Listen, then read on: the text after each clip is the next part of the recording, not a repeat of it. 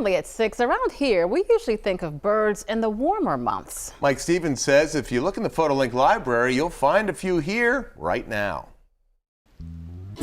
Gail sent us an image of a feathered visitor we usually associate with spring and summer.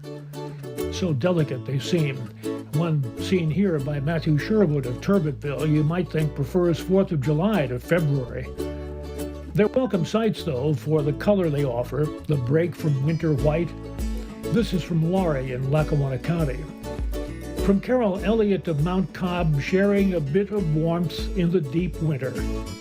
Some prefer not to display, but merely to take a quick walk in the cold, as Sandra Wall shows us from Falls.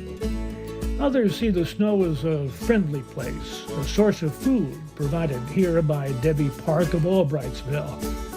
Karen Duda of Whitehaven set a higher table, one you can say is most certainly up in the air.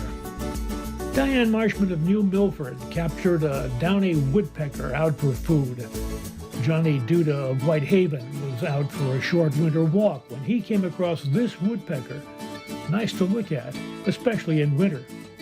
If you get out and about these days, there's no telling what you'll see. Marianne Payeski found a willing subject. Another image from Carol Elliott of Mount Cobb. Great viewing, great images with no leaves on the trees. Rick Liebert of Eagles Mere caught a young bald eagle cruising the Susquehanna River against a colorful background. Our final image comes from Alice in Ringtown, and it is one of those captures anyone with a camera hopes to get.